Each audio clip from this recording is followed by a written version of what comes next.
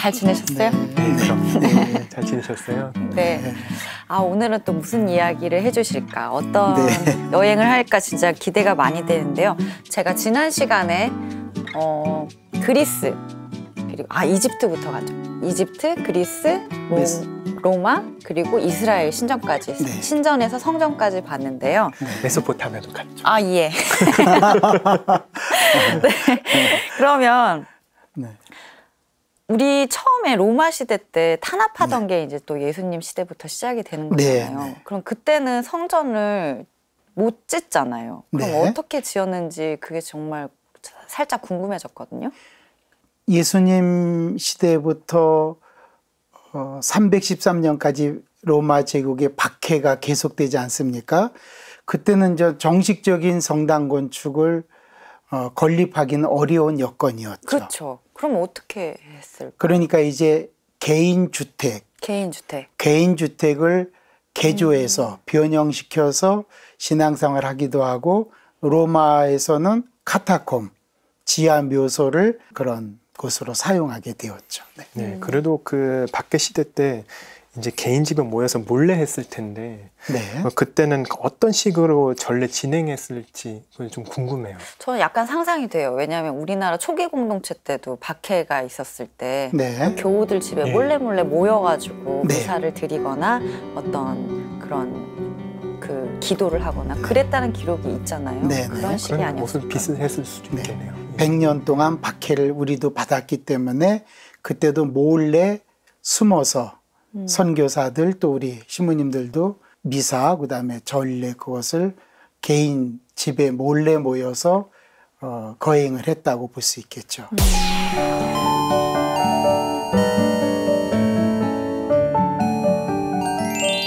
네, 초기 그리스도교를 이해하기 위해서는 먼저 예수님의 생애를 알아봐야 될 것 같습니다. 먼저 저 지도, 팔레스티나 지도를 보시면 저 붉은색이 예수님께서 3년 동안 공생활을 하셨던 지역을 지도로서 보여주고 있습니다. 저 북쪽에 있는 갈릴리 호수 가파르나움이 예수님 공생활의 주 무대입니다. 갈릴리 호수. 그리고 나서 예루살렘 쪽으로 내려오시면서 약 120km입니다. 파스카 축제, 명절 때 예수님께서 성전을 방문하시고, 그리고 제자들도 또한 성전을 또 이렇게 방문하는 그런 내용을 볼 수가 있겠습니다. 구약에서도 예수님의 탄생을, 메시아 탄생을 예고하는 내용이 이사야 예언서에도 나오고, 그 다음에 이제 베틀레헴의 탄생, 그리고 아기 예수님을 성전에 봉헌하시게 됩니다. 그리고 이제 이집트 피난, 그리고 나자렛으로 돌아오셔서 30세까지 거기에서 생활하시게 됩니다. 그리고 나서 예수님이 세례자 요한으로부터 요르단 강 하류에서 세례를 받으시게 됩니다. 그리고 나서 이제 3년 동안 공생활이 시작되시고, 그 다음에 3년 마지막 시간에 순환과 죽음, 부활, 승천이 마르코복음 14장에서 16장까지 나오게 됩니다. 자, 이거는 예수님께서 방문하셨던 예루살렘 성전의 성전 복원도입니다. 좌측이고, 그 다음에 우측을 보시면 상공에서 본 전경입니다. 그래서 맨 앞쪽이 여인들의 뜰입니다. 여성들만 들어갈 수 있는 공간. 그 앞쪽이 이방인들의 뜰입니다. 그리고 그 안쪽이 남성들의 뜰이고, 그 다음에 사제들의 공간. 그래서 좌측에 보시면은 번제단이 정사각형으로 보이고 있습니다. 그리고 이제 저 T자 모양으로 된 곳이 바로 솔로몬 성전 때 지은 그 면적이 그대로입니다. 그래서 가로 세로 31m, 그 다음에 약 11m 그런 공간입니다. 그래서 규모는 약 100평 정도이고, 앞에 현관이 있고, 그 다음에 성소가 있고, 맨 뒤쪽에 지성소가 있는 그런 공간입니다. 예수님께서도 이곳을 방문하시고 또 사도들도 방문하고 또 성전 정화 행동까지 보이셨던 장소가 바로 이 예루살렘 성전 모습이라고 볼 수 있습니다. 예수님께서 가장 많이 공생활 중에 방문하셨던 지역이 이 가파르나움입니다. 가파르나움은 베드로 사도의 집이 있었던 장소입니다. 그리고 그 지역의 가파르나움 회당의 모습인데 지금은 아직 완전하게 복원되지는 않았습니다. 그리고 1층은 남성들 공간이고 2층은 여성들 공간이었습니다. 그 당시에도 남녀의 공간이 구별되어 있는 모습이고 오른쪽은 일반 회당의 평면도입니다. 그래서 본다면은 언약궤가 있고 낭독대가 있고 설교단이죠. 그 다음에 이렇게 회당에서 유대인들이 양옆에 앉아 있는 공간, 이렇게 직사각형의 회당의 평면도를 볼 수가 있겠습니다. 네, 그리고 이제 예수님의 제자들이 처음에는 예루살렘 성전도 방문하고 또 개인 주택에 모여서 또 기도도 하고, 그래서 처음에는 그 유대교 공동체도 예수님의 제자들을 공동체로 이렇게 받아들였는데 주일을 지키게 되면서 유대인들은 토요일 날 안식일을 지켰고 우리 그리스도교 신자들은 예수님이 안식일 다음 날 부활하셨기 때문에 그 날을 주일로 지내기 시작했습니다. 그러면서 이제 자연적으로 유대교와 결별이 되는 수순을 받게 됩니다. 원래는 그 그리스도교가 유대교 공동체 안에 함께 있었는데 네, 수용이 됐었죠. 근데 뭔가 이제 좀 달라지면서 네. 분리가 되는 과정이 있었군요. 네, 주일 성찬례를 중요시 여기고 그 다음에 유대인들이 가졌었던 종교적인 말씀의 전례, 그 다음에 예수님께서 최후의 만찬을 통해서 남겨주신 성찬례, 이것이 이제 결합이 되면서 하나의 미사 양식으로 자리 잡게 되는 계기가 됩니다. 네. 그러면서 자연스럽게 이제 하나의 작은 이제 개인 주택 안에서 이제 집회도 하지만 그 다음에 성찬례도 같이 하는 그런 의미를 보여주게 됩니다. 로마는 다신교였는데요. 네. 근데 왜 그리스도교 그렇게 그러니까 박해했을까요? 그렇죠. 그냥 좀 그 신들 중에 하나라고 놔둘 수도 있는 가장 거잖아요. 큰 이유가 무엇이라고 생각하세요? 로마 제국이 원래는 그 피지배 국가의 정복된 국가의 좋은 문화와 풍습은 받아들였습니다. 그리고 종교도 받아들였습니다. 그래서 이제 조로아스타교, 그 다음에 미트라교, 마니교 이런 어떤 종교를 받아들였는데 그리스도교는 수용하지 않습니다. 왜일까요? 그러니까요. 예. 이유가 있겠죠. 그 이유는 이제 그리스도교 신자들이 유일신 신앙생활을 했기 때문에 신격화된 로마 황제 숭배를 거부하는 거죠. 가장 중요한 요소가요. 그 다음에 로마 제국의 군인으로 나가는 그 병역을 거부했습니다. 그리스도교 신자들이. 그리고 이제 로마의 다신교와 그리스도교의 유일신 사상이 충돌하기 때문에 결국에는 300년 동안의 긴 박해를 받을 수밖에 없는 시대 상황이라고 이제 볼 수가 있겠습니다. 그렇게 위협적이었는지 몰랐어요. 네, 그리고 또 한 가지는 그리스도교 신자들이 점점 증가되는 겁니다. 그러면서 로마 황제는 정치적인 위기 상황도 또 맞이하게 되는 거죠. 너무나 그리스도교 신자들이 박해를 가하면 가할수록 신자들이 증가되니까 우리 한국에서도 체험했던 그런 100년 동안의 박해를 받았지만 신자 수는 계속 증가된 것처럼 순교자가 많이 나왔지만 결국에는 그리스도교 신앙의 어찌 보면 승리의 개념으로 신자 수가 증가됐죠. 네, 이런 어떤 요소로 인해서 박해를 계속 받는 요인이 발생됐다고 볼 수가 있습니다. 그럼 박해 시대니까 아무래도 신자들이 모이는 데는 좀 그래도 안전한 장소여야 될 것 같았는데, 그죠? 그리고 뭐 전례하려면은 아무래도 뭔가 최소 인원이 있어야 될 것 같은데 한 5명, 6명은 좀 부족할 것 같고 10명, 20명 모르겠지만 하여간 장소는 어느 정도 인원을 수용할 수 있는 장소였어야 될 것 같아요. 그래서 택한 곳이 이제 카다콤 그리고 개인주택을 오늘 이제 개인주택교회를 오늘 이렇게 좀 보도록 하겠습니다. 네. 너 보니까 로마 주택 사실 거기 중전 건축이잖아요. 중정? 네, 근데 우리 한옥도 중전 건축이잖아요. 네, 물론 그렇죠. 아주 기본적인 건축 형태이긴 하지만 그래도 뭔가 좀 진근감이 있어요. 한옥 때문에. 그 말 때문에. 네, 그리고도 어차피 유럽에서 계속 로마 건축이 바탕이 돼서 계속 새로운 거 나오고 중전 형태는 지금도 볼 수가 있는 거죠. 모던한데도 뭐 쇼핑몰이라든지 그런 데도 그런 모양이었나요? 중전 건축이 많은 거죠.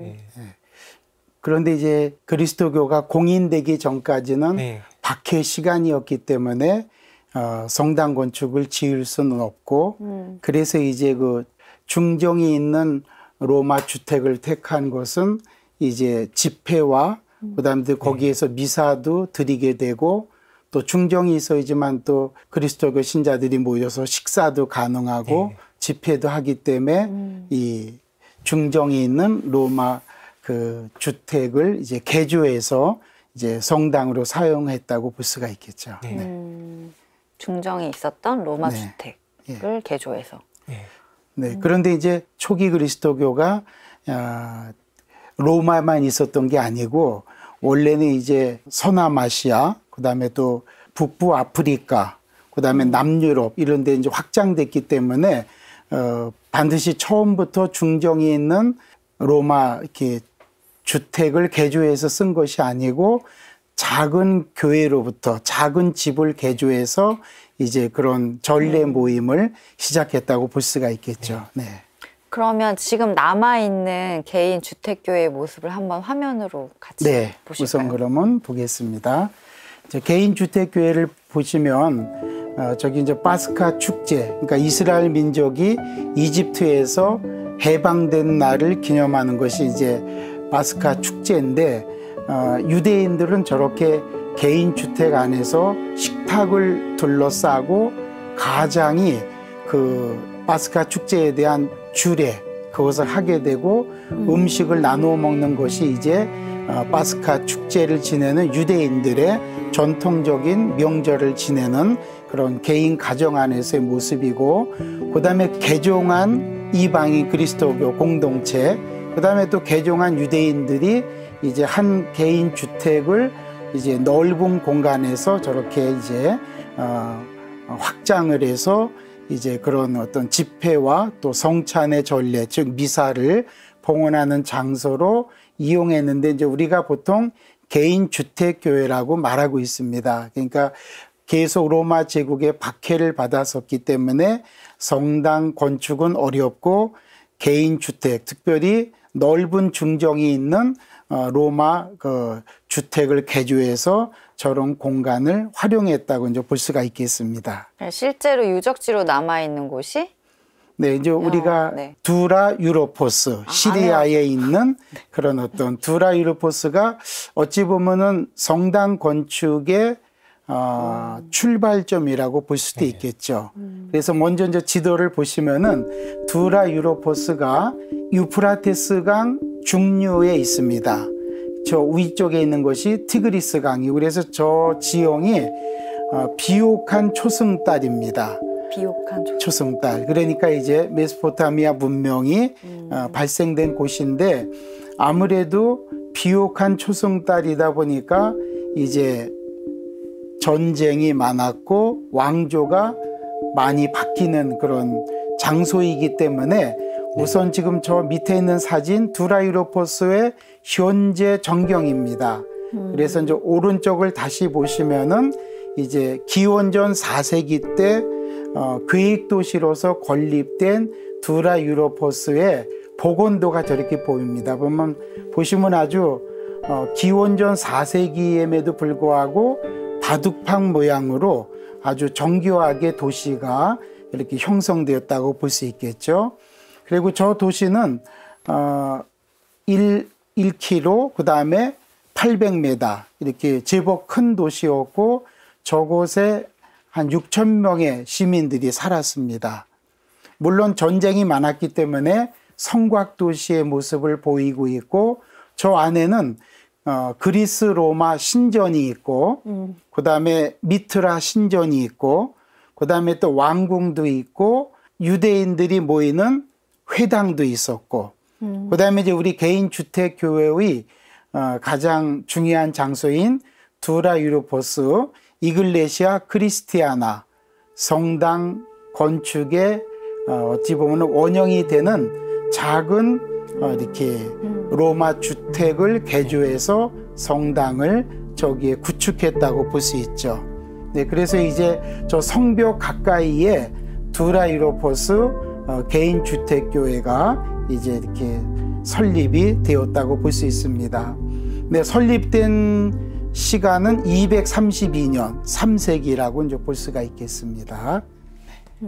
이 지역이 또 고고학적으로 굉장히 중요하고 가치가 있는 지역이잖아요. 네. 근데 그런 거 왜 그러냐면은 그 3세기 때 사산 왕국에 공격을 당하고 멸망해요.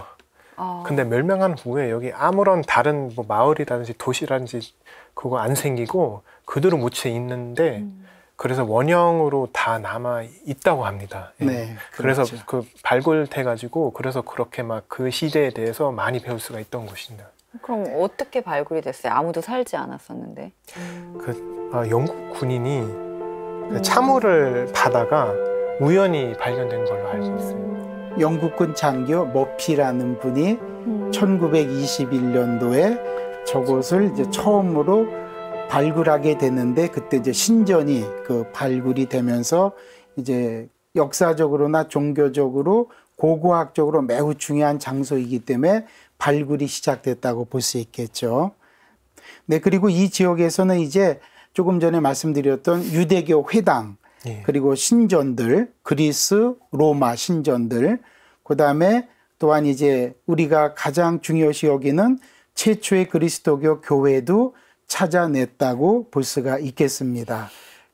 그러면 이제 개인주택교회가 어떻게 생겼나 한번 같이 가볼까요? 네.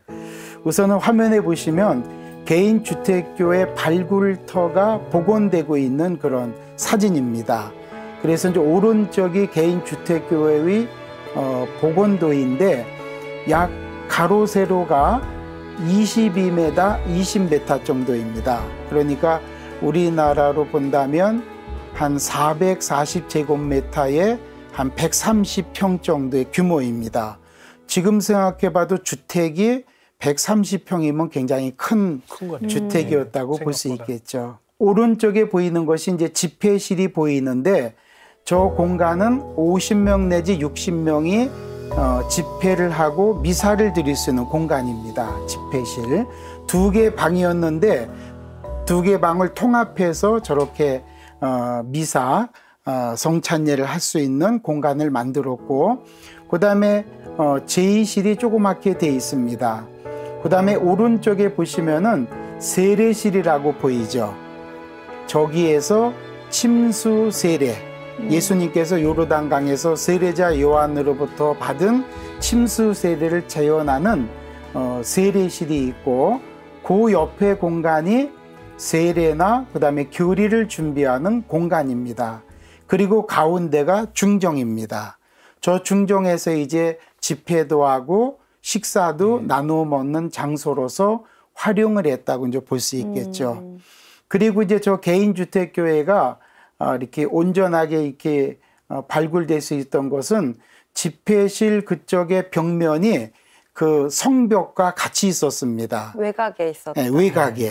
아무래도 이제 로마 제국의 박해가 계속되었기 때문에 공식적으로 인준되지 않았기 때문에 성벽 가까이 있는 집을 개조해서 개인주택으로 이제 사용했다고 볼 수 있겠습니다. 그러니까 안 그래도 막 60명, 70명 모인다면은 티가 날 텐데. 티가 나죠. 네네.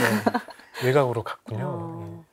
뭔가 되게 그럼에도 드라마틱하다. 불구하고 뭔가 긴장 많이 했을 것 같아요. 그죠. 그렇죠. 네. 드러낼까 봐서. 그런 어떤 매우 그 종교적으로, 고고학적으로, 역사적으로도 중요한 그 가치를 제공하는 두라 유로포스의 초기 그리스도교 이렇게 교회의 모습을 볼 수가 있겠습니다. 정말 의미가 큰 것 같아요. 440제곱미터, 약 133평이니까 굉장히 규모도 컸고 아주 그런 곳을 이제 그리스도교 공동체가 활용해서 종교적으로 잘 그런 전례를 집전하고 집회도 하고 그런 신앙의 유산을 이어가는 그런 역사적인 중요한 장소를 우리에게 제공해 준다고 볼 수가 있겠습니다. 네, 그 다음에 이제 세례실의 모습을 한번 보시죠. 저기 보시면 아치가 보이죠. 기둥이 4개가 있습니다. 그래서 저 아치가 있다는 것은 로마 건축의 대표적인 건축 공법이죠. 아치. 그 다음에 저 아치 부분에 프레스코화가 그려져 있습니다. 네. 성경 내용. 그 다음에 이제 그 우측에 보시면 이렇게 프레스코화가 또 보이죠. 예수와 사마리아 여인, 그 다음에 물 위를 걸으신 예수, 그 다음에 다윗과 골리앗, 이런 내용들. 그래서 이제 저 오른쪽에 보시면 요한복음 4장 운물가의 사마리아 여인에 관한 이제 프레스코화가 저렇게 그려져 있다는 것을 볼 수가 있습니다. 그것을 본다면 그리스도교 예술의 또한 출발점이라고도 볼 수 있겠습니다. 정말 대단한 것 같아요. 그러니까 집을 짓는 것도 얼마나 큰 일인데 프레스코까지 이렇게 다 만드는 거 다 몰래 해야 되고. 그죠. 제가 그래서 저런 성화, 박해시대 때 성화를 보면은 사랑하기 때문에 뭔가 이렇게 표현하고 싶어 했을까? 네. 그 사랑이 굉장히 좀 무모하잖아요. 그러니까 어찌 보면은 박해는 받고 있는 시간이지만 그래도 하느님께 대한 어떤 믿음, 또 신뢰, 그 다음에 공동체 안에 그런 어떤 공동체적 신앙적인 유대감을 가지기 위해서 저런 어떤 예술적인 것을 거기에 반영했다고 볼 수 있으니까 상당히 높은 수준의 그런 신앙심을 그 당시에 그리스도교 신자들이 이렇게 가졌다고 볼 수 있고, 그것이 이제 계속 박해 중에도 불구하고 나중에는 이제 그것을 박해를 극복하게 되는 이제 313년에는 마침내 이제 로마 제국의 박해가 끝나고 이제 그리스도교가 공인되는 그런 어떤 은총의 시간을 가졌다고도 볼 수 있겠죠. 네. 여기 또 우물가의 사마리아 여인 이거 보면은 그 선이 진짜 아름다워요. 네네. 네, 지금 이제 수업을 마치는 종소리가 들렸는데요. 잠깐 쉬고 2교시에 또 재미있는 이야기를 들려주셨으면 좋겠습니다. 네, 알겠습니다.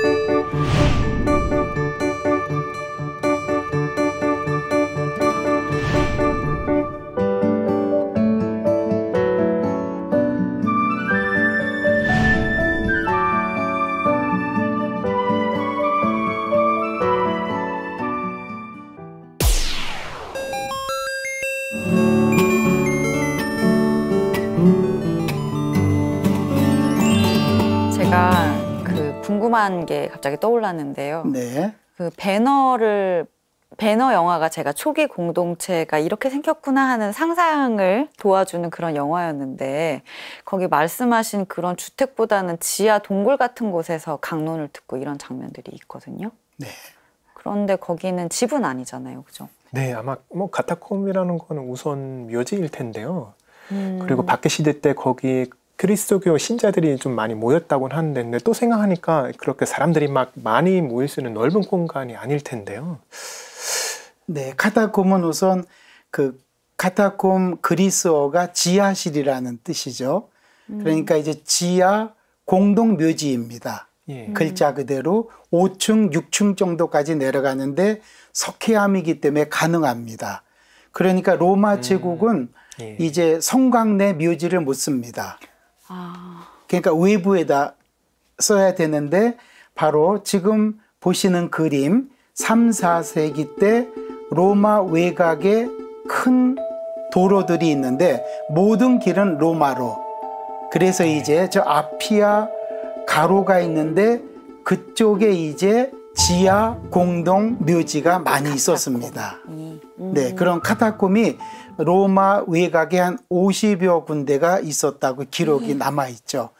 지금도 우리가 성지순례 갈 때 그 카타콤을 방문하게 됩니다. 그래서 저 그림을 보시면 내부 통로를 보세요. 저렇게 내부 통로를 걸어가면 좌우측에 유해를 이렇게 안장하는 공간입니다. 그런데 저 장소가 진흙이 아니고 석회암이기 때문에 훼손이 별로 안 됩니다.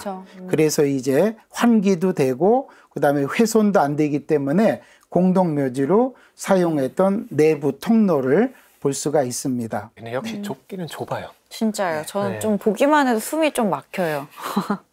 저기 사람들이 많이 모여서 이렇게 몰래 숨을 쉬면서 이렇게 했다라는 게 굉장히 얼마나 신심이 깊었을까 이런 생각이 조금 드네요. 그러면 저 시대에 돌아가서 제가 거기서 생각을 해보면 왜 그 카타콤에서 무서운데 거기에서 집회 장소를 했을까요? 제일 중요한 건 박해. 그리스도교 신자들이 계속 지속적으로 박해를 받았고요. 그다음에 또 신자들의 그 묘소, 즉 순교자들의 묘지를 카타콤 밑에다가 이제 모시게 됩니다. 그런데 교황님의 묘소도 갈리스토 카타콤에는 9분이나 모시게 됩니다. 그러니까 그 당시에는 박해 시기이기 때문에 1대 교황님 베드로부터 거의 30대 교황님까지는 박해 시기라 거의 다 순교하시게 됩니다. 그럼 그분들의 묘를 어디에다 쓰겠어요? 결국 카타콤에다 쓰게 되죠. 사용하게 되죠. 그러면 그곳에 순교자와 교황님의 묘소가 있다 보니까 그리스도교 신자들도 그곳에 묻히기를 원하는 거죠. 같이. 네, 그리고 그곳에서 어찌 보면은 박해의 시기이기 때문에 숨어서 전례 공간을 만들게 되는 요인이 되는 거죠. 그래도 전례 행위를 이렇게 좁은 공간에 어떻게 한 건지는 저도 조금 궁금한 게 왜냐하면은 한 곳에 모일 수는 없지만 뭐 말씀하신 것처럼 50군데 그렇게 좀 나눠서 갔을까요? 아니면은 주택처럼 50명, 60명 주택이면은 뭐 상상이 가는데 지금 저기 보면은 한 10명 들어가도 꽉 찰 것 같아요. 자, 그러면 이제 몇몇 교황님들의 유해가 모셔졌던 칼리스토 카타콤을 한번 보겠습니다.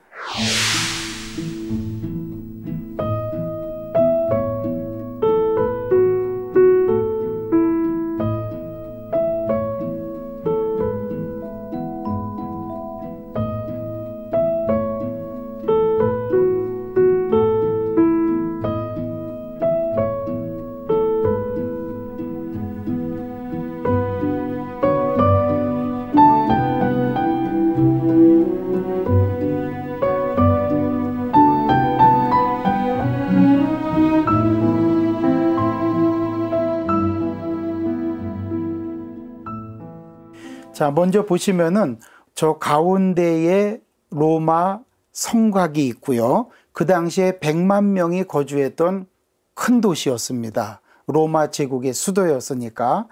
근데 로마 제국은 하나의 관습이 있습니다. 성곽 내부에는 묘를 쓰지 못합니다. 매장을 못합니다. 그러니까 이제 로마 성곽에서 외부로 나가는 길가에 그 길가 양옆으로 공동 묘지를 만들었다고 볼 수 있습니다. 그래서 로마 제국 시대에 약 50개 정도의 카타콤이 있었습니다. 그래서 우리가 지난번에 보았던 도미틸라 카타콤이 그 아피아 가도 그곳에 있고 그곳에 약간 동쪽으로 칼리스토 카타콤이 또 가까이에 있습니다. 그래서 오늘 이제 칼리스토 카타콤을 보도록 하겠습니다. 이제 저 가운데 지역에 보면은 이렇게 나무가 남북으로 쭉 이렇게 연결된 부분이 있습니다. 양쪽으로 이렇게 아스팔트가 있는 도로가 있고 나무가 있는 도로가 보이죠. 저기가 아피아 가도입니다. 로마 제국 때 남쪽으로 성에서 내려가는 지역입니다. 그리고 저 옆에 약간 그 광장이 조그맣게 있고 건물이 몇 채 보이죠. 직사각형으로 거기가 칼리스토 카다콤을 내려가는 그 건물입니다. 저게.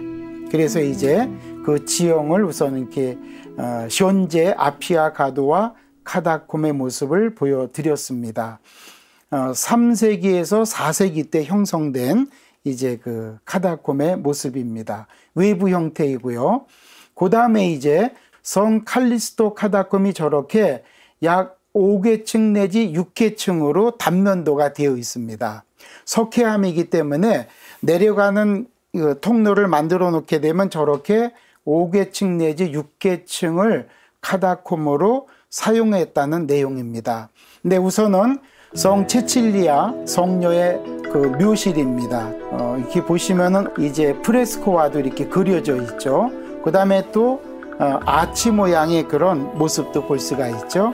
그 다음에 오른쪽이 교황님 11분의 묘실이 있는 칼리스토 카다콤 내부에 있는 공간입니다. 그런데 일대 교황님도 베드로 사도가 로마에서 순교하셨죠. 그 순교하신 무덤 위에 세워진 대성당이 지금의 베드로 대성당이고, 그 다음에 1대부터 30대까지의 교황님은 대부분 로마 제국의 박해시기였기 때문에 대부분 순교하셨습니다. 그러다 보니까 이제 교황님들의 묘소를 아무래도 이런 카다콤에 이렇게 모실 수밖에 없는 그런 상황이었습니다. 그래서 18대 성 풀시아노, 그 다음에 22대 성 루치오 1세 교황님, 25대 디오니시오 교황님, 그리고 31대 에우세비오 교황님, 이렇게 3세기와 4세기 때 순교하셨던 교황님들의 묘실을 저 칼리스토 카다콤에 모셔두게 되었다고 볼 수 있습니다. 그래서 아무래도 교황님들의 묘실이기 때문에 벽감에는 조명용 횃불이 이렇게 설치되어 있었고, 그 다음에 긴 통로 사이에 신자분들이 와서 기도하고 이렇게 묵상할 수 있도록 그런 공간을 한 30명 내지 50명의 기도할 수 있는, 또 어찌 보면 미사도 드릴 수 있는 그런 공간을 저기에 마련해 두었다고 볼 수가 있겠습니다. 그리고 이제 신자분들도 이제 저렇게 성 체칠리아 묘실이 있고 교황님 묘실이 있기 때문에 저곳에 신자들이 묻히는 것을 굉장히 갈망하고 이렇게 영광스럽게 생각되었기 때문에 이 칼리스토 이렇게 카다콤이 굉장히 중요한 위치를 또한 가졌다고도 이제 볼 수가 있겠습니다. 지금도 교황님 유해가 저기에 모셔져 있나요? 아무래도 이제 박해가 끝난 다음에는 이제 성당으로 이장이 되었거나 이렇게 또 이렇게 모시게 된 그런 역사적인 또 그것이 있었습니다. 네. 3, 4세기 동안 이제 그 교황님 박해 기간 동안에 이제 순교하신 교황님들 묘실인데, 그렇죠. 그걸 그냥 거기에 계속 매장이 되어 있다 보면 잘못하면 훼손될 수도 있고 또 이렇게 보호를 해야 되는 그런 상황이기 때문에 313년 이제 그리스도가 공인된 다음에는 이제 지어지는 성당으로 이장되는 그런 역사적인 사실도 있다는 것을 말씀을 드립니다. 그래서 네. 교황님하고 같이 일반 신자분들도 같이 묻혔다고 하는데 그 네. 묻히는 그 가족들이 굉장히 마음이 뭐라고 해야 되지? 영광스럽다고 해야 되나? 교황님하고 그렇죠. 같이 묻힐 수 있으니까 조금 든든했을 것 같아요. 네, 아무래도 이제 순교자들의 네. 묘실이고 그쵸. 또 그때 당시에는 아무래도 박해 기간이니까 순교자 공경 신심이 굉장히 강했습니다. 그리고 순교자들 때문에 어찌 보면은 또 신앙을 계속 이어가는 그런 어떤 신앙의 전승되는 과정이기 때문에 자신들도 저 카다콤에 특별히 이제 도미틸라나 칼리스토 카다콤에 이렇게 묻히기를 굉장히 소망했다고도 볼 수 있겠습니다. 가족들한테도 네. 의미가 컸을 것 같아요. 네. 왠지 그 당시는 이제 교황하고 신자까지 그런 거래가 덜 했던 것 같아요. 지금보다. 네. 그런 박해 때 이렇게 막 거의 가족처럼 거기 모여서 막 이렇게 해야 되는데 공동체, 네. 초기 공동체 모습이 왠지 그랬을 것 같아요. 그리고 이제 중요했던 것은 이제 그냥 시신으로 유해로 묻히는 것이 아니고 그리스도교 신자들은 아무래도 이제 그리스도의 부활 신앙을 네. 굳게 믿었었기 때문에 어떤 그리스도의 순환과 부활 가톨릭 신앙의 가장 핵심이기 때문에 이곳에 묻히는 것을 굉장히 중요하게 받아들였다고 볼 수 있겠습니다. 네. 네. 그럼 이제 도미틸라 카다콤을 보여드리도록 하겠습니다.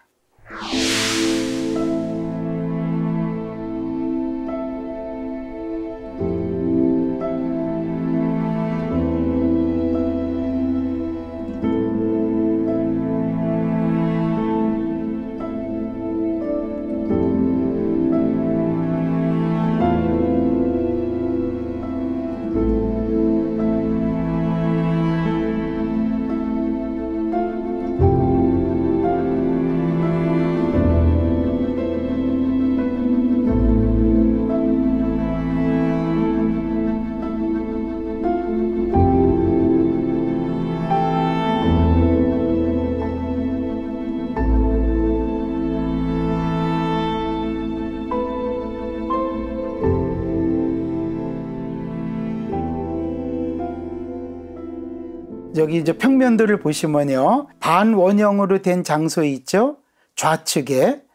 네. 성당 내부 좌측에 이렇게 그 부분이 도미틸라 순교자가 묻힌 무덤입니다.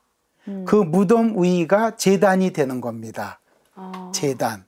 그리스도교 신자들에게는 순교자들의 제단 유해 위에 미사를 드리는 걸 굉장히 중요시 여겼습니다. 그래서 이제 저렇게 있고 그 다음에 기둥이 있지 않습니까? 우측에 보시면 기둥이 있고 그 다음에 위쪽에 채광 문제 때문에 창호도 있습니다. 그렇게 이제 평면도를 직사각형의 모습을 보여주고 있죠. 저 기둥은 아무 그게 없는데 기능이 없지 않아요? 기둥 안쪽은 신자석이고 기둥 바깥쪽은 통로입니다. 그냥 표시에 네, 건축 공간 때문에 공간만 이렇게 분리시키는 거죠. 저 모습이 이제 나중에 바실리카 양식에 또 여러 가지 원인을 제공하는 거죠. 그러니까 이미 저 지하 공간 안에 저런 공간을 만들었다는 것이 굉장히 또 아주 중요한 성당 건축의 또 중요한 원인을 우리에게 이제 보여준다고도 이제 볼 수 있겠습니다. 네, 그리고 또 이곳에서는 또 여러 가지 그리스도교 예술을 보여주는데요. 물고기와 십자가의 모습도 보이고 있죠. 그 다음에 가운데는 세례대, 저 좌측에 있는 항아리 모양으로 든 것이 물로 이마, 머리를 세례수로 씻는 그런 세례대가 보이고 우측에는 프레스코와 벽화가 보여주고 있습니다. 그래서 이렇게 개인주택교회 두라 유로포스에서 보여줬던 것처럼 이 시기에도 그리스도교 예술의 모습을 보여주는 내용을 볼 수가 있겠습니다. 참, 그 프레스코 벽화는 어떻게 그린 건지는 김현전 작가님 잘 아실 텐데요. 저도 사실은 서양화를 그리진 않고 근데 프레스코화는 워낙에 종교화에서 정말 중요하게 알아야 되는 그런 이야기들인데요.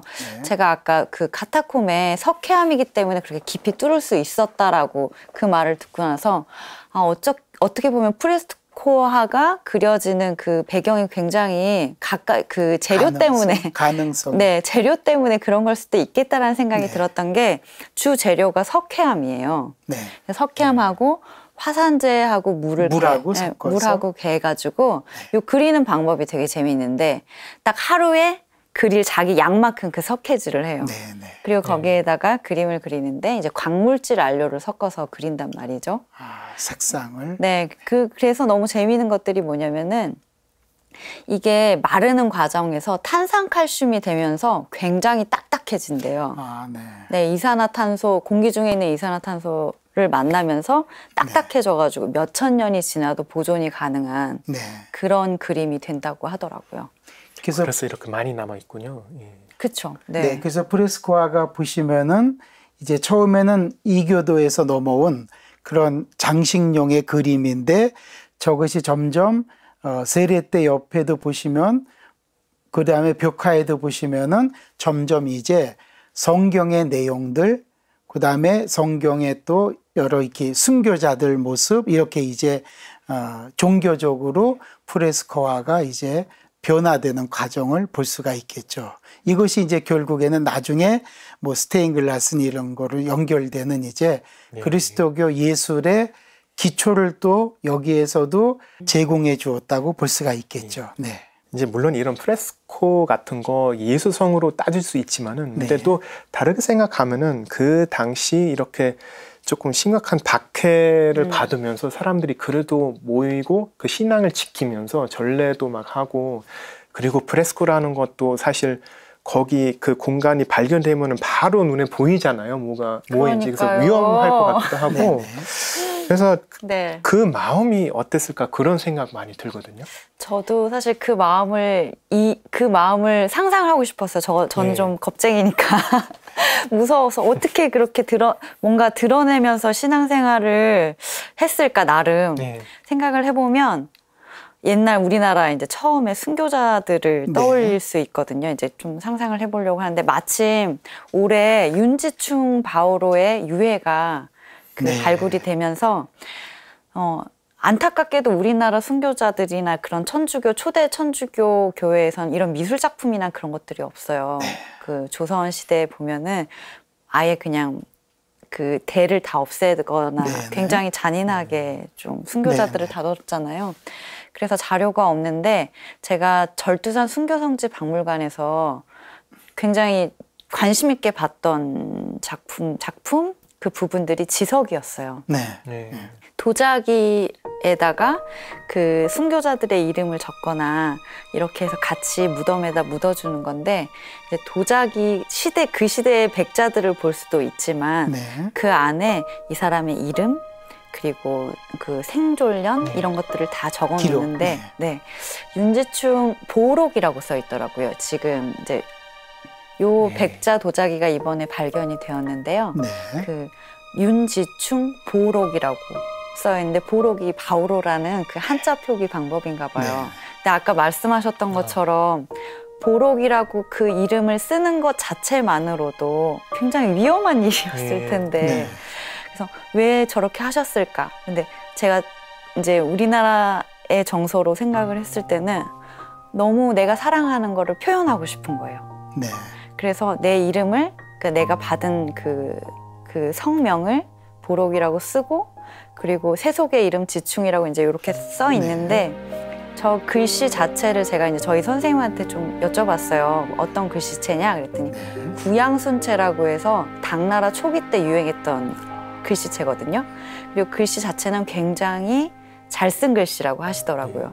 그 시대의 선비가 굉장히 정성 들여서 이 조그만 도자기에다가 세필로 이렇게 쓴 모습인데 그거 자체만으로도 저한테 어떤 울림이 있었어요. 그 이름, 보록이라는 이름을 지키려고 순교까지 갔던 그 천주교 순교자들이 이 지금 이야기에서 떠오르더라고요. 그러고요. 이거 생각하면은 사실 이런 글씨 안 적고 마음으로만 이렇게 그죠? 하면 되지 않을까 생각이 드는데 얼마나 그런 신앙에, 네. 그러니까 신에 대한 믿음이 이렇게 막 당당하고 컸을지 이렇게까지 막 했을까. 그러니까 근데 우리 조선 관습에서는 이제 지석을 쓰게 되죠. 예. 특별히 양반 가문에서는 특별히 그 묘에 대한 정확한 검증 때문에 누구 지묘라고 쓰는데요. 천지남에 모셔져 계신 이벽성조의 포천에서 처음으로 무덤을 발견했을 때도 그분 이벽성조의 지석이 그대로 발견됐습니다. 그래서 검증이 된 거죠. 우리 조상들의 굉장히 아주 지혜로운 그 장묘 문화죠. 근데 230년 만에 한국의 첫 순교자 윤지충 바오로의 저런 지석이 나왔다는 것은 굉장히 큰 네. 하느님의 커다란 은총의 선물이죠. 벌써 이렇게 시간이 됐나? 지금 종이 치는데요. 2교시도 이렇게 끝을 내야 될 것 같습니다. 그럼 네. 신부님 다음에 또 재밌는 얘기 해주세요. 네.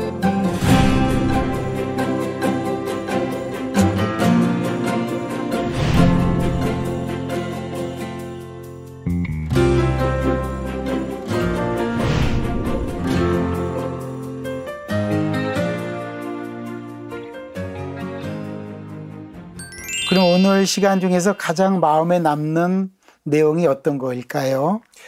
저는 사실 건축보다 그 신자들의 마음, 이렇게 박해를 이렇게 받으면서 위협을 이렇게 막 느끼면서 이런 상황 속에서 그래도 그 전례 행위를 하고 예배를 드리고 이렇게 막 그 프레스코도 만들고 그거는 사실은 그 건축보다 그게 훨씬 뭔가 인상이 깊었던 것 같아요.